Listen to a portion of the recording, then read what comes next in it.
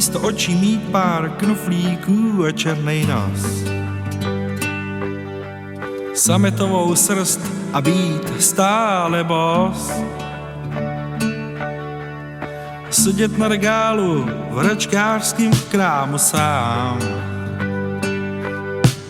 a netrápit se tím, co netuším a tím, co znám. Chtěl bych být medvídkem a z výkladní skříně koukat se ven. Chtěl bych být medvídkem už jen proto, že bych ji snad tak bláznivě neměl rád. Pilinovou hlavu mít, pak bych se smál. Vždycky stejně příjemně a kýval se dál a dál. Jen s tím úsměvem, co v továrně by natiskli. A klidně bych přežil i její největší nesmysly.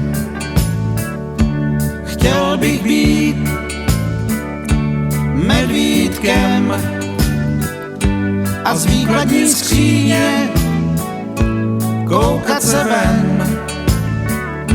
Chtěl bych být medvídkem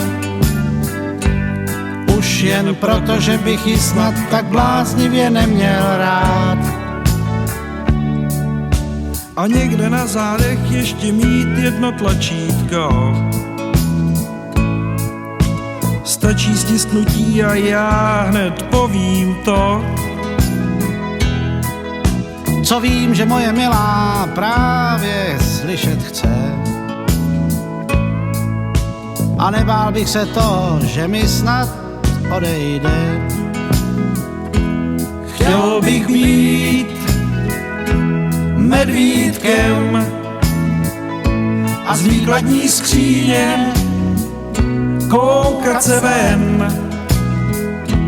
Chtěl bych být medvídkem už jen proto, že bych ji snad tak bláznivě neměl rád.